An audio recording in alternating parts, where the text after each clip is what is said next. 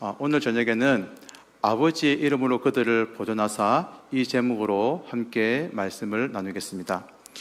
예수님께서는 죽음에 있던 우리를 살리셨고 우리는 이제 예수님 안에서 하나님과 교제하며 영생을 누리며 살아갑니다.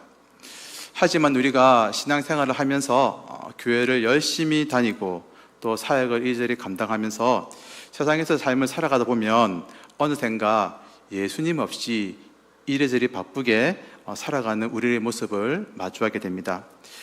예수님이 사라졌기에 하나님과 온전한 교제 가운데 거하지 못한 채 영생을 누리는 상과는 멀어진 우리들의 모습을 발견하게 되죠. 오늘 말씀을 통해서 예수님께서 우리에게 베푸신 은혜가 무엇인지를 다시 한번 돌아보고 예수님을 우리 삶의 중심에 모시기를 원합니다. 그리하여 예수님을 통해서 하나님과의 온전한 사귐에 거하여 영생을 누리며 살아가는 모두가 되시기를 바랍니다. 오늘 본문이 되는 요한복음 17장 9절 19절을 중심으로 말씀을 나누러 갑니다. 그러기 위해서 요한복음에서 이 17장이 가지는 의미에 대해서 먼저 살펴보면 좋겠습니다. 전체가 21장으로 된 요한복음은 크게 둘로 나눌 수가 있습니다. 1에서 12장은 표적의 체계라고 불리고요. 그리고 13에서 21장은 영광의 체계라고 불립니다. 그중 13장에서 16장까지는 이제 곧 세상을 떠나야 할 예수님께서 제자들에게 마지막으로 주신 말씀을 기록하고 있고 17장은 예수님의 긴 기도를 기록합니다. 예수님의 기도를 기록한 17장은 특별한 명칭으로 사실 불립니다. 17장을 예수님의 대제사장적인 기도라고 부릅니다. 그 이유는 10장에 나오는 이 세 가지의 기도 때문입니다. 1에서 8절은 예수님께서 자신을 위한 기도를 드리시고요. 9에서 19절은 제자들을 위한 기도, 20에서 26절은 온 세상을 위한 기도를 드리십니다. 그런데 제가 보기에 요한복음 17장에서 이 예수님의 대제사장적인 기도에서 분량면에서 내용면에서 볼 때 오늘 본문 9에서 19절이 이 기도가 여기서 중심이 아닐까 생각을 해보게 됩니다. 먼저 1에서 8절을 보시면 예수님은 자신을 위해서 기도하십니다. 그리고 이 기도는 하나님 아버지께서 예수님을 영화롭게 하셨고 예수님은 이 땅에서 하나님이 주신 모든 권세를 통하여 하나님을 영화롭게 했는데 이제 십자가 죽음 앞에서 아버지의 영화로서 아들을 영화롭게 해달라는 그런 기도입니다. 그러면 예수님께서는 과연 무엇을 하심으로써 하나님을 영화롭게 하셨을까요? 우리 한번 성경을 찾아서 17장 2절 3절을 읽어보시면 좋겠습니다. 17장 2절 3절을 우리 함께 한번 읽어보십니다. 시작. 아버지께서 아들에게 주신 모든 사람에게 영생을 주게 하시려고 만민을 다스리는 권세를 아들에게 주셨음이로소이다. 영생은 곧 유일하신 참 하나님과 그가 보내신 자 예수 그리스도를 아는 것이니이다. 예수님께서 하나님 아버지를 영화롭게 하신 것은 택하신 자들의 영생입니다. 곧 죄와 사망으로 영원히 죽은 우리가 예수님을 통해서 하나님을 알고 예수 그리스도를 아는 영생을 누리는 이것이 바로 하나님을 영화롭게 하는 것이죠. 예수님은 17장에서 자신이 이 땅에 오신 목적, 아들을 통해서 택하신 자들의 영생을 누리는 이 일을 놓고서 이제 그 사명을 위해서 기도하고 계신 것입니다. 근데 여기서 우리가 반드시 기억해야 할 중요한 사실이 한 가지가 있습니다. 요한복음에서 말하는 영생을 성경의 기초에서 바르게 파악하는 것입니다. 예수님께서 지금 영생을 무엇이라고 정의하고 계십니까? 3절에서 말씀하시죠. 영생은 곧 유일하신 참 하나님과 그가 보내신 자 예수 그리스도를 아는 것이니이다. 공간복음에서 영생은 하늘나라와 연관이 있습니다. 하나님 나라에 들어가는 이 일을 영생이라고 하죠. 그런데 요한복음에서는 이 영생이 하나님과 예수 그리스도를 아는 것이라고 말하고 있습니다. 이는 영생이 먼 미래의 어떤 결과론적인 그런 개념 이야기가 아니라 오늘 이 시간, 바로 이 자리에서 현재 이루어지는 하나님과의 교제가 바로 영생이라고 가르치고 있다는 것입니다. 그래서 이제 예수님은 이어지는 9절, 19절에서 기도하십니다. 제자들이 이 땅에서 하나님께서 예수님을 통해서 제자들에게 주신 이 영생을 누릴 수 있도록 이것을 위해서 기도하시게 되는 것입니다. 그런데 지금 여러분, 이 기도를 듣는, 말씀을 듣는 제자들은 너무나 연약한 존재들이었습니다. 얼마지 않아 예수님이 유대인과 로마 군병들에게 붙잡힐 때 제자들은 모두가 나몰라라 예수님을 버리고 도망치게 될 것입니다. 세상 앞에 선 제자들은 너무나도 무기력했다는 것이죠. 또한 우리도 마찬가지죠. 영생을 누리는 삶을 살아가고 싶지만 우리는 죄의 유혹과 세상의 그 위력 앞에서 영생을 온전히 누리지 못한 채 그런 전쟁 같은 삶을 하루하루 살아가고 있습니다. 그래서 예수님은 제자들을 위해서 기도하시는데 주된 기도가 이들을 보전해 달라는 것입니다. 제자들을 위한 기도 9절, 19절에서 두드러지게 나타나는 표현이 11절, 12절, 15절에 나오는데 곧 제자들을 보존해 달라는 기도인 것입니다. 예수님은 그렇게 제자들을 보존해 달라고, 지켜달라고, 보호해 달라고 하나님께 기도하십니다.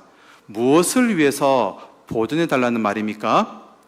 저들이 예수님을 통해서 하나님과 교제하며 하나님과 예수 그리스도를 아는 영생을 누리도록 제자들을 이 땅 가운데서 보존해 달라고 예수님은 그렇게 기도하시는 것입니다.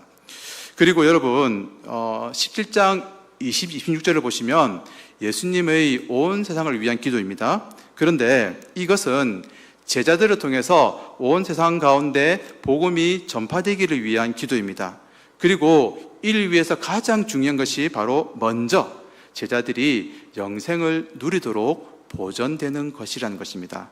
그래서 예수님은 오늘 본문 17장 9절 19절에서 제자들을 세상 가운데서 보존해 달라고 하나님께 기도하십니다.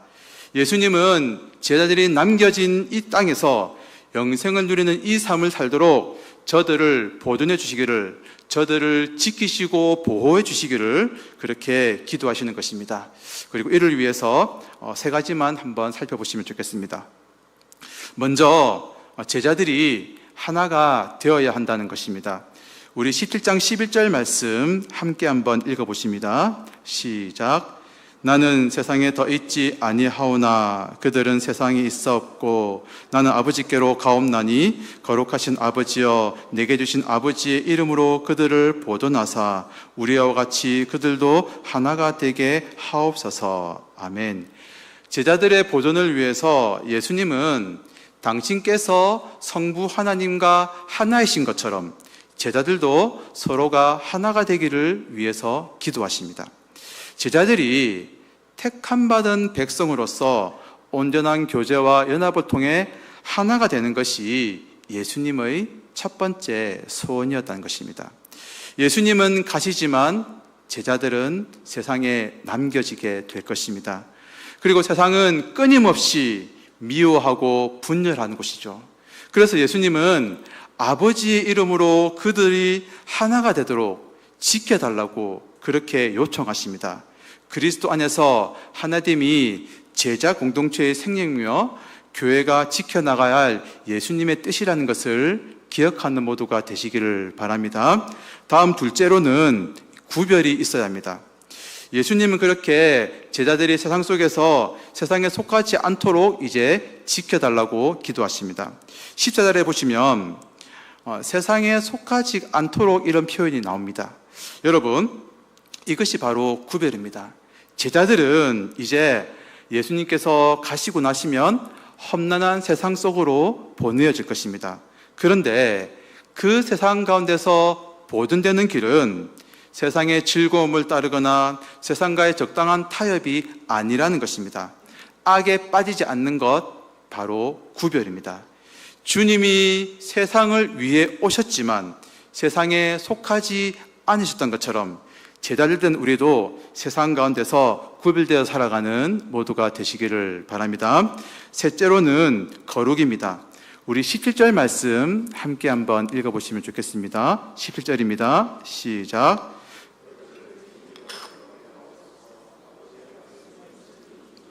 아멘. 이제 예수님은 제자들을 진리로 거룩해 달라고 아버지께 기도하십니다. 우리 성도가 가져야 할 가장 중요한 능력인 거룩은 여러분 진리로 가능한데 곧 하나님의 말씀을 통해서입니다. 우리는 하나님의 말씀인 진리로서 그렇게 살아가며 그 진리로서 거룩한 삶을 우리는 유지해 나갈 수가 있다는 것입니다. 하나님 아버지께서 아들이신 예수님을 세상에 보내신 것처럼 이제 주님은 거룩하게 구별된 제자들을 세상 속으로 보내십니다. 그리고 세상 가운데서 거룩한 삶을 통해서 영생을 누리도록 우리에게 진리의 말씀을 주십니다. 그래서 진리를 알아야 거룩하게 되고 거룩한 자가 참 하나님과 예수 그리스도와 영생을 누리는 삶을 살아갈 수가 있게 된다는 것이죠. 그렇기에 하나님의 말씀을 더욱 가까이 합시다. 말씀을 알아가기 위해서 더 열심을 내는 모두가 되시기를 바랍니다. 그 말씀이 우리를 거룩하게 지켜주실 것입니다. 세상 가운데서 거룩한 삶을 통해서 하나님과 그 아들 예수 그리스도와 날마다 온전히 교제하며 연합하며 영생을 누리는 복된 모두가 되시기를 바랍니다. 그리고 이제 마지막으로 한 가지만을 전하고 말씀을 마치겠습니다. 오늘 이 예수님의 기도가 있음이 우리 모두에게, 저와 여러분에게 큰 은혜인 줄로 믿습니다. 왜냐하면 예수님은 이 땅에서 아버지께 올려드린 이 기도를 단회적으로 그치고 중단하는 것이 아니기 때문입니다. 우리가 이 땅을 살아가며 헤쳐나올 수 없는 수렁을 만나기도 하고요, 때로는 너무나 힘들고 고통스러워서 기도조차 할 수 없는 때가 있습니다. 그리고 가끔씩 이렇게 제약 가운데 늘 넘어지는 우리를 보며, 내 자신을 보며 염증이 들기도 하고 도저히 시행을 할 수 없는 자괴감이 들기도 합니다. 그러나 그렇게 인생의 가장 어두운 때를 지난다라도 그 순간 예수님이 지금도 우리를 위해서 기도하심을 여러분들 기억하시기 바랍니다. 그 이유는 바로 성경에 나와 있는데요, 제가 이 설교의 서두에서 17장의 특별한 명칭이 있다고 말씀드렸습니다. 무엇이었습니까? 예수님의 대제사장적인 기도인 것입니다. 성경은 예수님이 승천하시어서 하늘 보좌 편에서 하늘 보좌에서 대제사장으로서 우리를 위해서 기도하고 있음을 증거하고 있습니다. 먼저 히브리서가 이렇게 말하고 있죠. 우리 화면을 보시면서 7장 25절 말씀 함께 한번 읽어보십니다. 시작. 그러므로 자기를 힘입어 하나님께 나아가는 자들을 온전히 구원하실 수 있으니 이는 그가 항상 살아계셔서 그들을 위하여 간구하심이라. 아멘. 예수님은 하나님과 우리 사이의 중보자가 되십니다. 근데 그 중보가 우리가 잠을 자거나 우리가 죄악에 빠지거나 우리가 예수님을 잊어버릴 때 그치는 것이 아니라 변함없이 지금도 여전히 하늘 보좌 우편에서 우리를 위하여 하나님께 간구하십니다. 우리의 그 지은 죄가 있을 때 하나님 보시옵소서, 내가 저 사람을 위하여, 저 아들을 위하여 십자가에 죽었습니다. 하나님 저의 죄를 용서하여 주옵소서. 그렇게 예수님이 우리를 위하여 지금도 간구하심을 믿는 모두가 되시기를 바랍니다. 또한 우리 한번 로마서 말씀도 함께 읽어보시겠습니다. 시작. 누가 정죄하리요? 죽으실 뿐 아니라 다시 살아나신 이는 그리스도 예수시니 그는 하나님 우편에 계신 자요 우리를 위하여 간구하시는 자신이라. 아멘. 로마서 8장의 마지막을 아십니까, 여러분들? 그 무엇도 우리를 그리스도 예수 안에 있는 하나님의 사랑에서 끊을 수 없다, 이렇게 바울은 선포하며 외치고 있습니다. 그러면 왜 우리가 하나님의 사랑에서 결코 끊어지지 않습니까?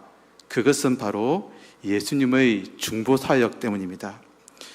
예수님은 하나님 우편에 계시면서 지금도 우리를 위하여 중보하십니다. 우리를 위하여 간구하십니다. 그리고 그 간구함을 들으시고 우리는 하나님의 사랑에서 끊어지지 않는 것을 기억하는 모두가 되시기를 바랍니다. 이제 말씀을 맺겠습니다. 사랑하는 성도 여러분, 지금 영생을 누리고 계십니까? 혹 지금 우리가 영생을 누리는 삶과 멀리 떨어져 있더라도 결코 낙심하지 마시기를 바랍니다. 왜냐하면 2000년 전 이 땅에서 우리를 위해서 기도하신 예수님이 지금도 저와 여러분을 위해서 기도하고 계시기 때문입니다. 하나님께서는 예수님으로 인하여서 우리의 모든 죄를 용서하실 뿐만 아니라 저와 여러분이 비록 죄와 얼룩죄했더라도 예수님의 기도를 들으시고 우리를 세상 가운데서 보존하여 주실 것입니다. 이 보존함은 저와 여러분의 행함에 달려있지 않음을 여러분들 기억하시기를 바랍니다. 예수님의 기도를 통해서 다시 한번 영생의 소망을 가지는 모두가 되시기를 바랍니다. 이 땅 가운데서 어떤 상황을 만나도 이 믿음 붙잡고 날마다 영생을 누리며 또한 나뿐만 아니라 이 교회와 온 세상이 영생의 복을 누릴 수 있도록 기도하며 나아가는 복된 모두가 되시기를 간절히 소원합니다.